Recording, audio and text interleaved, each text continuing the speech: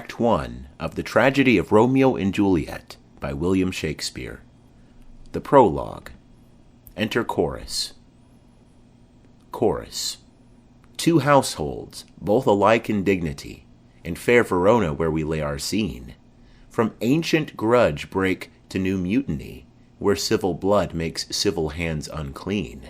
From forth the fatal loins of these two foes, a pair of star-crossed lovers take their life, whose misadventured piteous overthrows doth with their death bury their parents' strife. The fearful passage of their death-marked love, and the continuance of their parents' rage, which but their children's end naught could remove, is now the 2 hours' traffic of our stage, the which, if you with patient ears attend, what here shall miss, our toil shall have strive to mend. Exit. Act 1. Scene 1. Verona, a public place. Enter Samson and Gregory, with swords and bucklers, of the house of Capulet. Samson. Gregory, on my word, will not carry coals. Gregory. No, for then we should be colliers. Samson. I mean, and we be in choler, will draw. Gregory. Ay, while you live, draw your neck out of a collar. Samson. I strike quickly, being moved. Gregory. But thou art not quickly moved to strike. Samson. A dog of the house of Montague moves me. Gregory. To move is to stir, and to be valiant is to stand. Therefore, if thou art moved, thou runnest away. Samson. A dog of that house shall move me to stand. I will take the wall of any man or maid of Montague's. Gregory. That shows thee a weak slave, for the weakest goes to the wall. Samson. 'Tis true, and therefore women being the weaker vessels are ever thrust to the wall. Therefore I will push Montague's men from the wall, and thrust his maids to the wall. Gregory. The quarrel is between our masters and us their men. Samson. 'Tis all one. I will show myself a tyrant when I have fought with the men. I will be cruel with the maids. I will cut off their heads. Gregory. The heads of the maids? Samson. Ay, the heads of the maids, or their maiden heads. Take it in what sense thou wilt. Gregory. They must take it in the sense that feel it.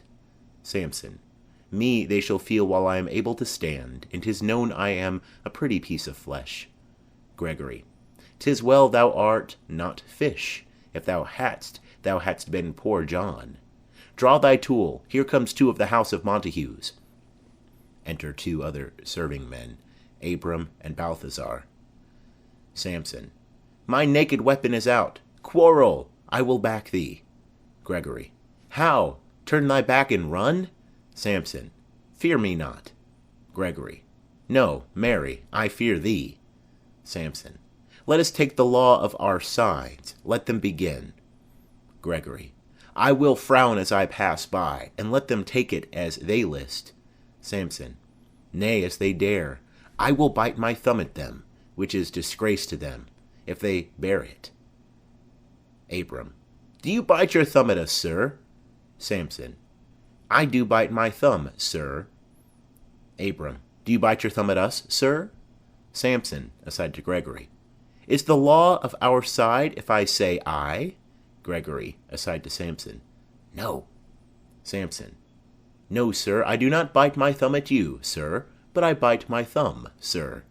Gregory. Do you quarrel, sir? Abram. Quarrel, sir? No, sir. Samson. But if you do, sir, am for you, I serve as good a man as you. Abram. No better. Samson. Well, sir. Enter Benvolio. Gregory, aside to Samson. Say better. Here comes one of my master's kinsmen. Samson. Yes, better, sir. Abram. You lie. Samson. Draw, if you be men. Gregory, remember thy swashing blow. They fight. Benvolio. Part, fools! Beats down their swords. Put up your swords, you know not what you do. Enter Tybalt. Tybalt. What art thou drawn among these heartless hinds? Turn thee, Benvolio, look upon thy death. Benvolio. I do but keep the peace. Put up thy sword, or manage it to part these men with me. Tybalt. What, drawn and talk of peace? I hate the word, as I hate hell, all Montagues, and thee. Have at thee, coward! They fight. Enter an officer and 3 or 4 citizens with clubs or partisans. Officer. Clubs, bills, and partisans! Strike! Beat them down! Citizens. Down with the Capulets! Down with the Montagues! Enter old Capulet in his gown, and his wife. Capulet. What noise is this? Give me my long sword. Ho! Wife. A crutch, a crutch. Why call you for a sword? Capulet. My sword, I say. Old Montague is come, and flourishes his blade in spite of me. Enter old Montague and his wife. Montague. Thou villain Capulet, hold me not. Let me go. Montague's wife. Thou shalt not stir 1 foot to seek a foe. Enter Prince Escalus with his train. Prince. Rebellious subjects, enemies to peace, profaners of this neighbor-stained steel, will they not hear? What, ho! You men, you beasts, that quench the fire of your pernicious rage with purple fountains issuing from your veins. O pain of torture from those bloody hands, throw your mistempered weapons to the ground and hear the sentence of your moved prince. 3 civil brawls, bred of an airy word, by thee, old Capulet, and Montague, have thrice disturbed the quiet of our streets, and made Verona's ancient citizens cast by their grave beseeming ornaments to wield old partisans, and hands as old, cankered with peace, depart your cankered hate. If ever you disturb our streets again, your lives shall pay the forfeit of the peace. For this time all the rest depart away. You, Capulet, shall go along with me, and Montague, come you this afternoon, to know our farther pleasure in this case. To old Freetown, our common judgment place. Once more, on pain of death, all men depart. Exeunt.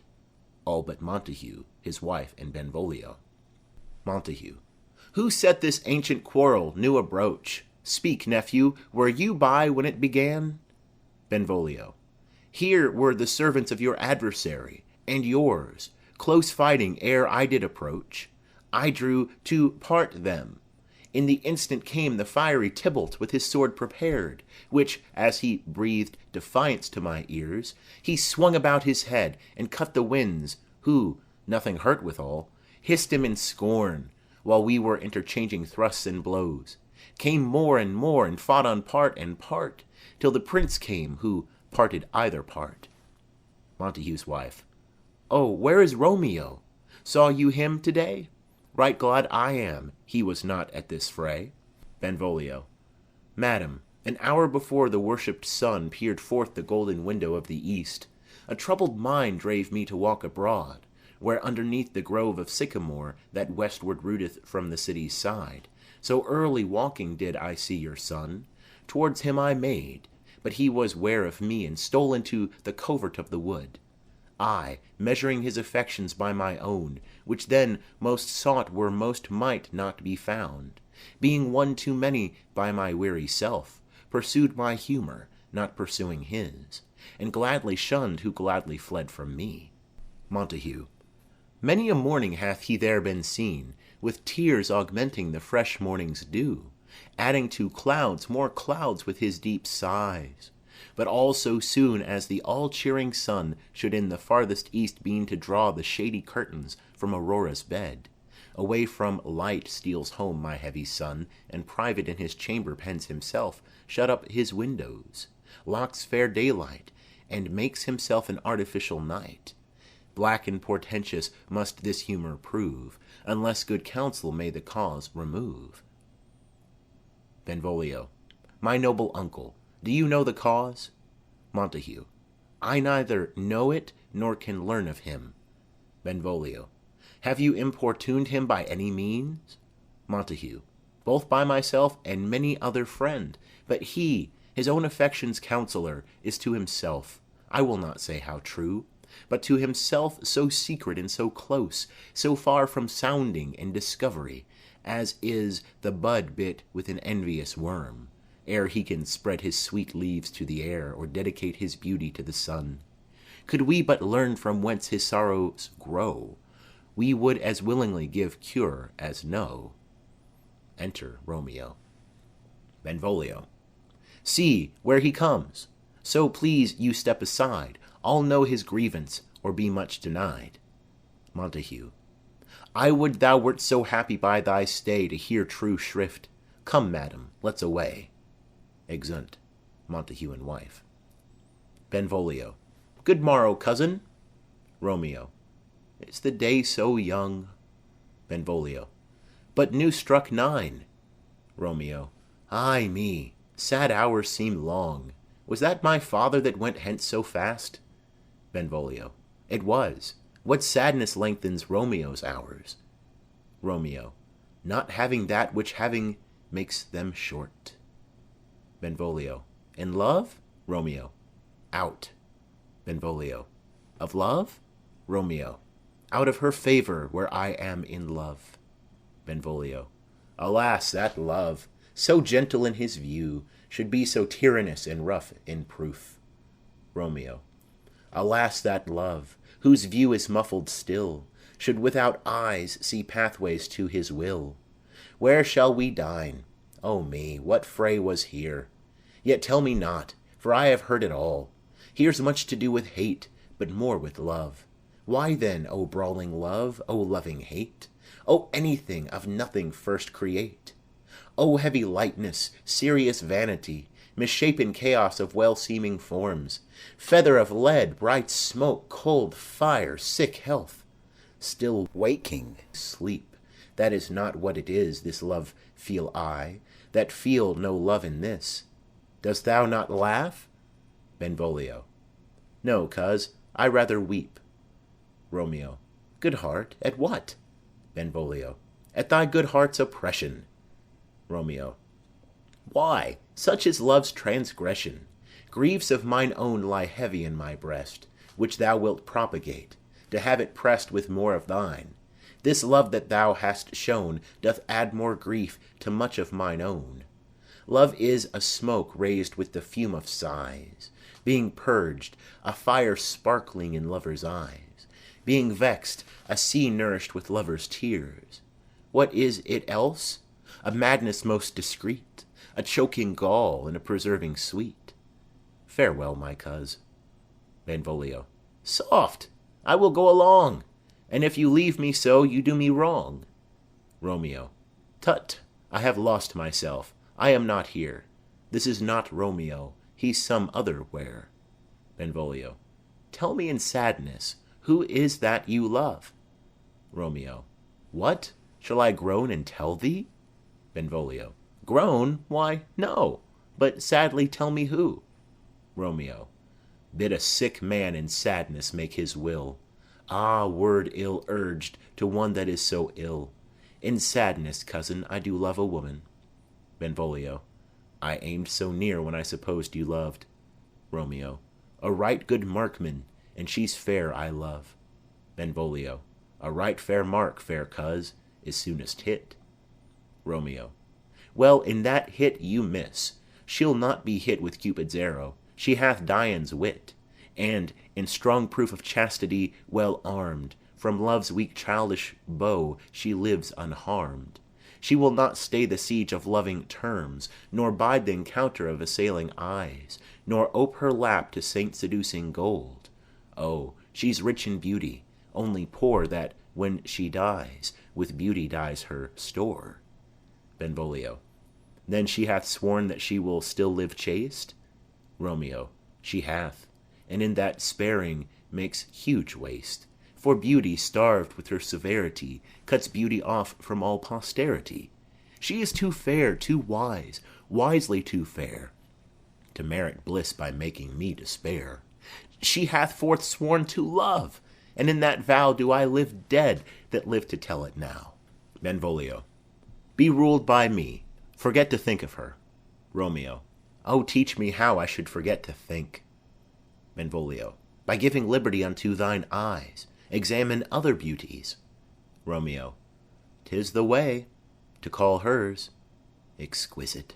and question more. These happy masks that kiss fair ladies' brows, being black, puts us in mind they hide the fair. He that is strucken blind cannot forget the precious treasure of his eyesight lost. Show me a mistress that is passing fair. What doth her beauty serve but as a note where I may read who passed that passing fair? Farewell, thou canst not teach me to forget. Benvolio. I'll pay that doctrine, or else die in debt. Exeunt. Scene 2. A street. Enter Capulet, County Paris, and servant, the clown. Capulet. But Montague is bound as well as I, and penalty alike, and 'tis not hard, I think, for men so old as we to keep the peace. Paris. Of honourable reckoning are you both, and pity 'tis you lived at odds so long. But now, my lord, what say you to my suit? Capulet. But saying o'er what I have said before, my child is yet a stranger in the world. She hath not seen the change of 14 years. Let 2 more summers wither in their pride, ere we may think her ripe to be a bride. Paris. Younger than she our happy mothers made. Capulet. And too soon marred are those so early made. The earth hath swallowed all my hopes but she. She is the hopeful lady of my earth. But woo her, gentle Paris, get her heart. My will to her consent is but a part. And she agree within her scope of choice, lies my consent and fair according voice. This night I hold an old accustomed feast, whereto I have invited many a guest, such as I love, and you among the store. One more, most welcome, makes my number more. At my poor house look to behold this night, earth-treading stars that make dark heaven light. Such comfort as do lusty young men feel when well-apparelled April on the heel of limping winter treads. Even such delight among fresh female buds shall you this night inherit at my house. Hear all see, and like her most, whose merit most shall be, which, on more view of many, mine being one, may stand in number, though in reckoning none. Come, go with me. To servant, giving him a paper. Go, sirrah, trudge about, through fair Verona, find those persons out, whose names are written there, and to them say, my house, and welcome on their pleasure stay. Exeunt Capulet in Paris. Servant. Find them out whose names are written here? It is written that the shoemaker should meddle with his yard, and the tailor with his last, the fisher with his pencil, and the painter with his nets. But I am sent to find those persons whose names are here writ, and can never find what names the writing person hath here writ. I must to the learned in good time. Enter Benvolio and Romeo. Benvolio. Tut, man, one fire burns out another's burning. One pain is lessened by another's anguish. Turn giddy, and be hope by backward turning. One desperate grief cures with another's languish. Take thou some new infection to thy eye, and the rank poison of the old will die. Romeo. Your plantain leaf is excellent for that. Benvolio. For what, I pray thee? Romeo. For your broken shin. Benvolio. Why, Romeo, art thou mad? Romeo. Not mad, but bound more than a madman is. Shut up in prison, kept without my food, whipped and tormented and godden, good fellow. Servant. God gegodden, I pray, sir. Can you read? Romeo. Ay, mine own fortune in my misery. Servant. Perhaps you have learned it without book, but I pray, can you read anything you see? Romeo. Ay, if I know the letters and the language. Servant. Ye say honestly, rest you merry. Romeo. Stay, fellow, I can read. He reads. Signor Martino and his wife and daughters, County Anselmo and his beauteous sisters, the lady widow of Vitruvio, Signor Placiento and his lovely nieces, Mercutio and his brother Valentine, mine uncle Capulet, his wife and daughters, my fair niece Rosaline and Livia, Signor Valentio and his cousin Tybalt, Lucio and the lively Helena. Gives back the paper. A fair assembly. Whither should they come? Servant. Up. Romeo. Whither? Servant. To supper, to our house. Romeo. Whose house? Servant. My master's. Romeo. Indeed, I should have asked you that before. Servant. Now I'll tell you without asking. My master is the great rich Capulet, and if you be not of the house of Montagues, I pray come and crush a cup of wine. Rest you merry. Exit. Benvolio. At this same ancient feast of Capulets sups the fair Rosaline, whom thou so lovest, with all the admired beauties of Verona. Go thither, and with unattainted eye compare her face with some that I shall show, and I will make thee think thy swan a crow. Romeo. When the devout religion of mine eye maintains such falsehood, then turn tears to fires, and these, who often drowned, could never die. Transparent heretics, be burnt for liars. One fairer than my love? The all-seeing sun ne'er saw her match since first the world begun. Benvolio. Tut! You saw her fair, none else being by, herself poised with herself in either eye. But in that crystal scales let there be weighed your lady's love against some other maid, that I will show you shining at this feast, and she shall scant show well that now seems best. Romeo. I'll go along. No such sight to be shown, but to rejoice in splendor of my own. Exeunt. Scene 3. Capulet's house. Enter Capulet's wife and nurse. Wife. Nurse, where's my daughter? Call her forth to me. Nurse. Now by my maidenhead at 12-year-old I bade her come. What, lamb? What, ladybird? God forbid, where's this girl? What, Juliet? Enter Juliet. Juliet. How now? Who calls? Nurse. Your mother. Juliet. Madam, I am here. What is your will? Wife. This is the matter. Nurse, give leave a while. We must talk in secret. Nurse, come back again. I have remembered me. Thou's hear our counsel. Thou knowest my daughter's of a pretty age. Nurse.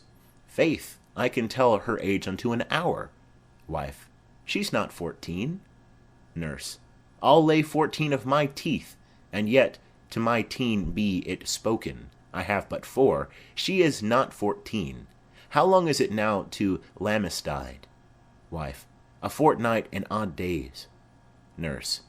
Even or odd, of all days in the year, come Lammas Eve at night, shall she be 14. Susan and she, God rest all Christian souls, were of an age. Well, Susan is with God. She was too good for me. But as I said, on Lammas Eve at night shall she be 14.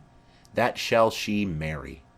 I remember it well. 'Tis since the earthquake, now 11 years, and she was weaned. I never shall forget it. Of all the days of the year, upon that day, for I had then laid wormwood to my dug, sitting in the sun under the dove-house wall. My lord and you were then at Mantua. Nay, I do bear a brain. But, as I said, when it did taste the wormwood on the nipple of my dug, and felt it bitter, pretty fool, to see it Techian fall out with the dug. Shake, quoth the dove-house, 'twas no need, I trow, to bid me trudge. And since that time it is 11 years, for then she could stand high lone. Nay, by the rood, she could have run and waddled all about, for even the day before she broke her brow. And then my husband, God be with his soul, was a merry man, took up the child. Yea, quoth he, dost thou fall upon thy face? Thou wilt fall backward when thou hast more wit. Wilt thou not, Jewel? And by my holidem, the pretty wretch left crying and said, Ay. To see now how a jest shall come about, I warrant, and I should live 1,000 years, I never should forget it. Wilt thou not, Jewel? Quoth he. And pretty fool, it stinted and said, Ay. Wife. Enough of this. I pray thee hold thy peace. Nurse. Yes, madam. Yet I cannot choose but laugh to think it should leave crying and say, Ay. And yet, I warrant, it bad upon it brow a bump as big as a young cockerel stone, a perilous knock, and it cried bitterly. Yea, quoth my husband, fall'st upon thy face? Thou wilt fall backward when thou comest to age. Wilt thou not, Jewel? It stinted and said, Ay. Juliet. And stint thou too, I pray thee, nurse, say I. Nurse. Peace, I have done. God mark thee to his grace. Thou wast the prettiest babe that e'er I nursed, and I might live to see thee married once. I have my wish. Wife. Mary, that Mary is the very theme I came to talk of. Tell me, daughter Juliet, how stands your disposition to be married? Juliet. It is an honor that I dream not of. Nurse. An honor?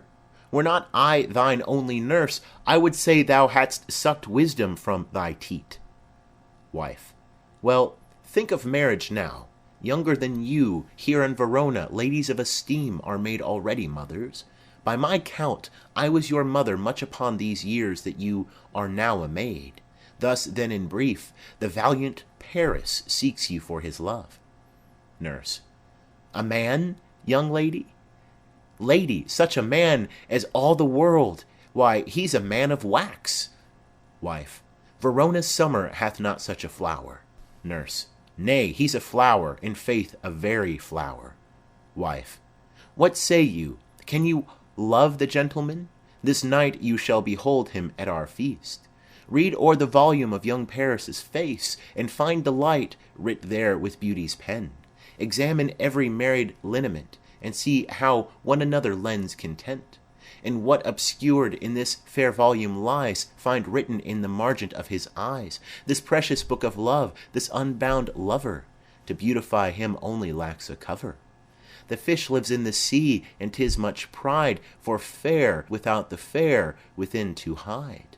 That book in many's eyes doth share the glory, that in gold clasps locks and the golden story.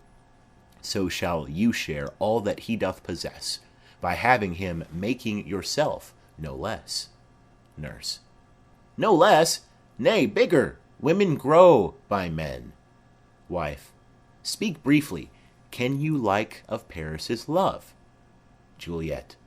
I'll look to like, if looking liking move, but no more deep will I indart mine eye than your consent gives strength to make it fly. Enter serving man. Serving man. Madam, the guests are come, supper served up. You called, my young lady asked for, the nurse cursed in the pantry, and everything in extremity. I must hence to wait. I beseech you follow straight. Wife. We follow thee. Exit serving man. Juliet, the county stays. Nurse. Go, girl, seek happy nights to happy days. Exeunt. Scene 4. A street. Enter Romeo, Mercutio, Benvolio, with 5 or 6 other maskers, torchbearers. Romeo. What? Shall this speech be spoke for our excuse, or shall we on without apology? Benvolio. The date is out of such prolixity. We'll have no Cupid hoodwinked with a scarf, bearing a Tartar's painted bow of lath, scaring the ladies like a crow-keeper, nor no without-book prologue faintly spoke after the prompter for our entrance. But let them measure us by what they will. We'll measure them a measure, and be gone. Romeo. Give me a torch. I am not for this ambling, being but heavy. I will bear the light. Mercutio. Nay, gentle Romeo, we must have you dance. Romeo. Not I, believe me. You have dancing shoes. With nimble souls, I have a soul of lead. So stakes me to the ground I cannot move. Mercutio. You are a lover.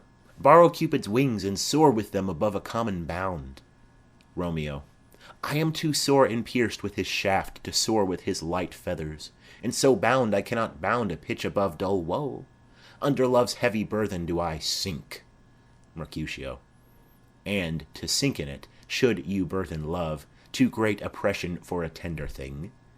Romeo. Is love a tender thing?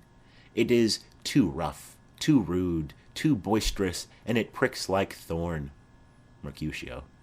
If love be rough with you, be rough with love. Prick love for pricking, and you beat love down. Give me a case to put my visage in, A visor for a visor. What care I? What curious eye doth quote deformities? Here are the beetle brows shall blush for me. Benvolio. Come, knock and enter, and no sooner in, but every man betake him to his legs. Romeo. A torch for me. Let wantons light of heart tickle the senseless rushes with their heels, for I am proverbed with a grandsire phrase. I'll be a candle holder and look on. The game was ne'er so fair, and I am done. Mercutio. Tut, done's the mouse, the constable's own word. If thou art done, we'll draw thee from the mire of this Sir Reverence love, wherein thou stick'st up to the ears. Come, we burn daylight. Ho! Romeo. Nay, that's not so. Mercutio. I mean, sir, in delay. We waste our lights in vain, like lamps by day. Take our good meaning, for our judgment sits 5 times in that, ere once in our 5 wits. Romeo.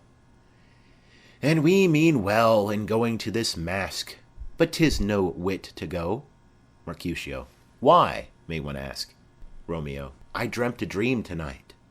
Mercutio. And so did I. Romeo. Well, what was yours? Mercutio. That dreamers often lie. Romeo. In bed asleep, while they do dream things true. Mercutio. Oh, then I see Queen Mab hath been with you. She is the fairy's midwife, and she comes in shape no bigger than an agate stone on the forefinger of an alderman, drawn with a team of little atomies, athwart's men's noses as they lie asleep.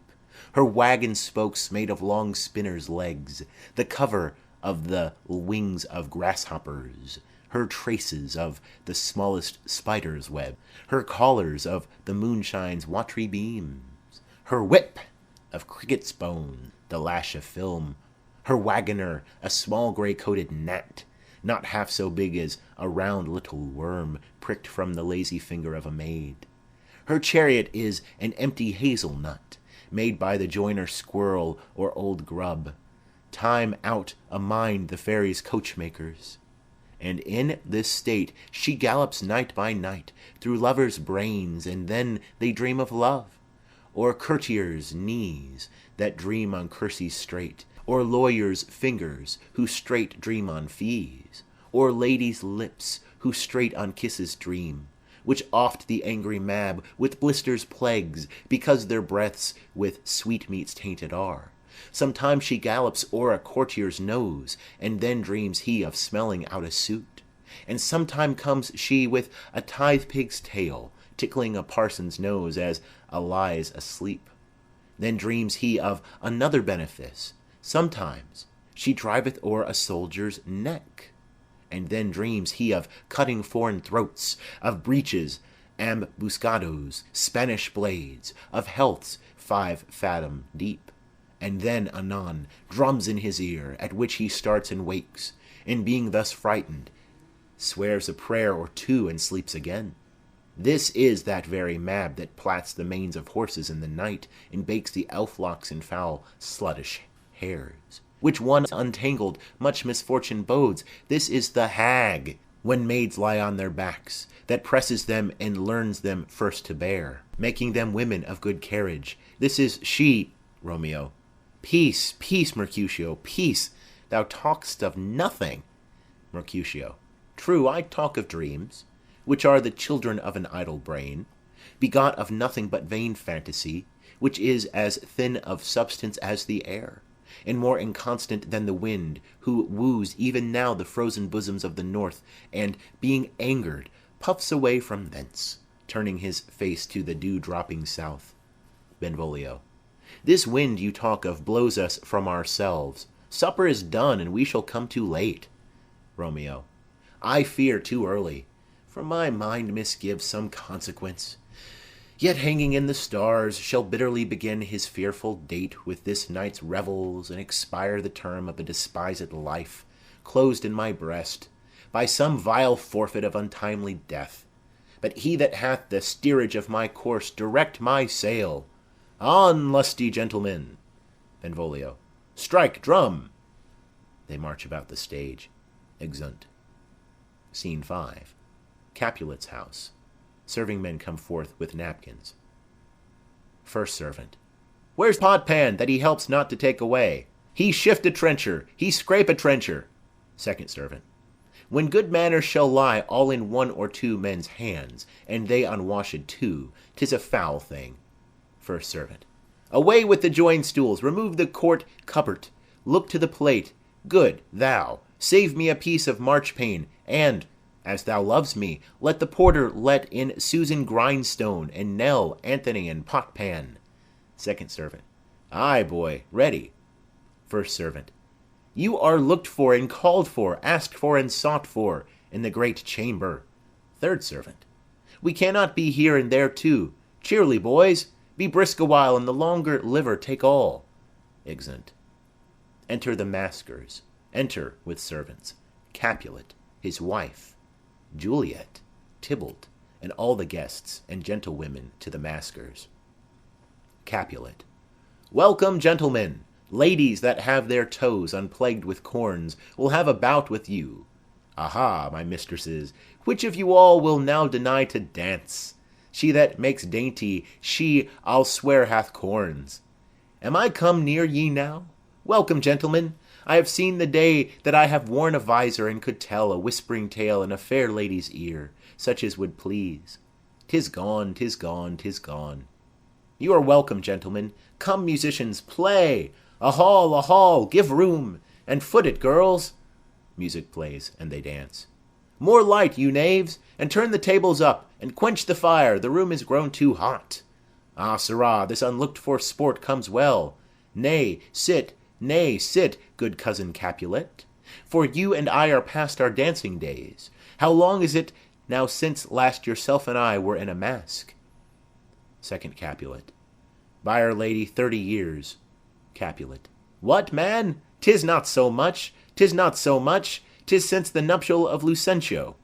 Come Pentecost as quickly as it will, some 25 years, and then we masked. Second Capulet. 'Tis more, his son is elder, sir, his son is 30. Capulet. Will you tell me that? His son was but a ward 2 years ago. Romeo to a serving man. What lady's that, which doth enrich the hand of yonder knight? Serving man. I know not, sir. Romeo. Oh, she doth teach the torches to burn bright. It seems she hangs upon the cheek of night like a rich jewel in an Ethiop's ear. Beauty too rich for use, for earth too dear. So shows a snowy dove trooping with crows, as yonder lady o'er her fellows shows. The measure done, I'll watch her place of stand, and, touching hers, make blessed my rude hand. Did my heart love till now? Forswear its sight, for I ne'er saw true beauty till this night. Tybalt. This, by his voice, should be a Montague. Fetch me my rapier, boy. What dares the slave come hither, covered with an antic face, to fleer and scorn at our solemnity? Now, by the stock and honour of my kin, to strike him dead I hold it not a sin. Capulet. Why? How now, kinsman? Wherefore storm you so? Tybalt. Uncle, this is a Montague, our foe, a villain that is hither come in spite to scorn at our solemnity this night. Capulet. Young Romeo, is it? Tybalt. 'Tis he, that villain Romeo. Capulet. Content thee, gentle coz, let him alone. Abears him like a portly gentleman. And to say truth, Verona brags of him to be a virtuous and well-governed youth. I would not for the wealth of all this town here in my house do him disparagement. Therefore be patient. Take no note of him. It is my will. The which, if thou respect, show a fair presence, and put off these frowns, an ill-beseeming semblance for a feast. Tybalt. It fits when such a villain is a guest. I'll not endure him. Capulet. He shall be endured. What, goodman boy? I say he shall. Go to! Am I the master here, or you? Go to. You'll not endure him. God shall mend my soul. You'll make a mutiny among my guests. You will set cock-a-hoop. You'll be the man. Tybalt. Why, uncle, 'tis a shame. Capulet. Go to, you are a saucy boy. Is it so indeed? This trick may chance to scathe you, I know what. You must contrary me. Marry, 'tis time. Well said, my hearts. You are a prince cox. Go, be quiet, or— More light, more light! For shame, I'll make you quiet. What? Cheerly, my hearts! Tybalt. Patience perforce with wilful choler meeting makes my flesh tremble in their different greeting. I will withdraw, but this intrusion shall, no seeming sweet, convert to bitterest gall. Exit. Romeo. If I profane with my unworthiest hand this holy shrine, the gentle fine is this: my lips to blushing pilgrims ready stand to smooth that rough touch with a tender kiss. Juliet. Good pilgrim, you do wrong your hand too much, which mannerly devotion shows in this. For saints have hands that pilgrims' hands do touch, and palm to palm is holy palmer's kiss. Romeo. Have not saints lips, and holy palmers too? Juliet. Ay, pilgrim, lips that they must use in prayer. Romeo. O then, dear saint, let lips do what hands do. They pray, grant thou, lest faith turn to despair. Juliet. Saints do not move, though grant for prayer's sake. Romeo. Then move not while my prayer's effect I take. Thus from my lips by thine my sin is purged. Kisses her. Juliet. Then have my lips the sin that they have took. Romeo. Sin from my lips? O trespass sweetly urged, give me my sin again. Kisses her. Juliet. You kiss by the book. Nurse. Madam, your mother craves a word with you. Romeo. What is her mother? Nurse. Mary, bachelor, her mother is the lady of the house, and a good lady, and a wise and virtuous. I nursed her daughter that you talked withal. I tell you, he that can lay hold of her shall have the chinks. Romeo.